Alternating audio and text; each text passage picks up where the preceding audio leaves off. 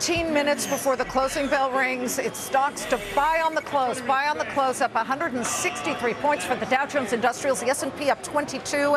The high of the session, the S&P was up 24. So we're climbing back up to that.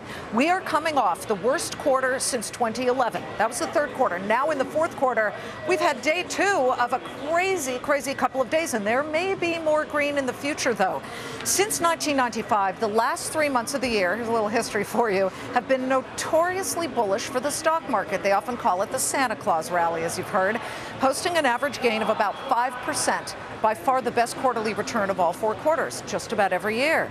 Will we see the turnaround for the third quarter? And why not bring in two smart guys who are heavily invested in this? Tom Lydon is ETFTrends.com publisher and Global Trends investment president, and Andy Brenner, National Alliance Securities global strategist and all-around genius on fixed income. Guys, the numbers are what they are. I'm talking about the jobs numbers. Now help us invest around it with these last few minutes of the last day of trade for the week. Andy Brenner, what do you think? Is there a great trade on a day like this? Liz, I think the unemployment number today was pretty much clearly pointed out that the Fed will not be tightening anytime soon.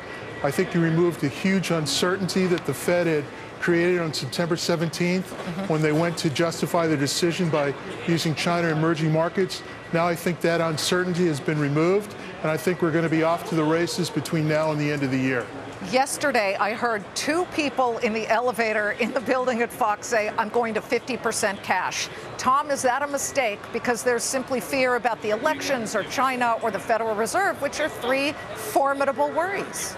Well, they are, Liz, and you have to pick your spots. Looking at data today, there's more money coming out of emerging market mutual funds and ETFs than were coming out in 2008.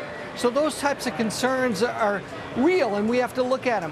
In picking your spots, look to consumer discretionary right now. I mean, discretionary.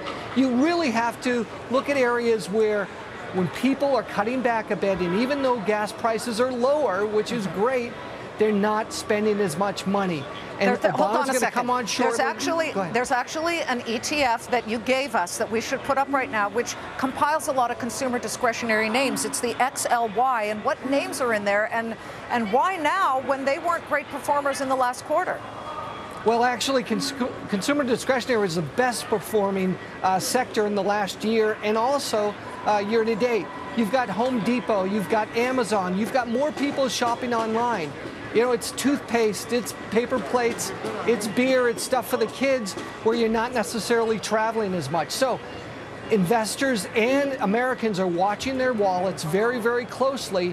Even though the employment numbers on the first look okay, the participation rate is the worst in 38 years, and I think we really have to look at the numbers. We just blasted through the ceiling of the day. The Dow Jones Industrials was just up above 171 points. That was the earlier high of the session. Andy, you're a fixed income guy. We started to see yields plummet this morning on the 10-year Treasury below 2%. And you've got Carl Icahn putting out a YouTube video saying that high yields are a mess. Do you agree with Carl Icahn, and do you agree with people who are piling into Treasuries? I do not agree with him, Liz. I think the 10-year Treasury got to 190 today, couldn't get through it. Yeah. I really think this is a time where you have to go after a lot of these distressed assets, like high yield, like emerging markets. They have really gotten reamed big time. And I think you're going to find yourself making more money by buying things at the low than going after Treasuries, which are already at the high. So I'm going to be a contrarian on this, and I'm going to go against the grain across the board.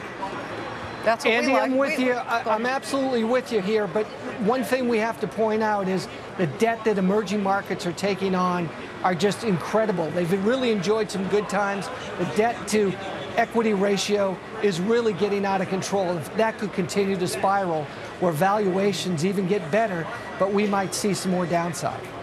$300 million to buy on. Okay, hold on one second. Art Cashin telling me $300 million to buy on the close. It's not a huge amount, but the fact is that means that the bulls are on the run here. I want to thank Tom and Andy for helping our viewers get some clarity on where you guys, at least with your expertise, feel there is money to be made. Even with 9 minutes left to trade, people can jump on their accounts and see what they can get out of a day like today that has confounded traders and investors alike. Starting deep in the red, moving higher, a pretty incredible incredible swing. Moments from now, we need to tell you that the president will be taking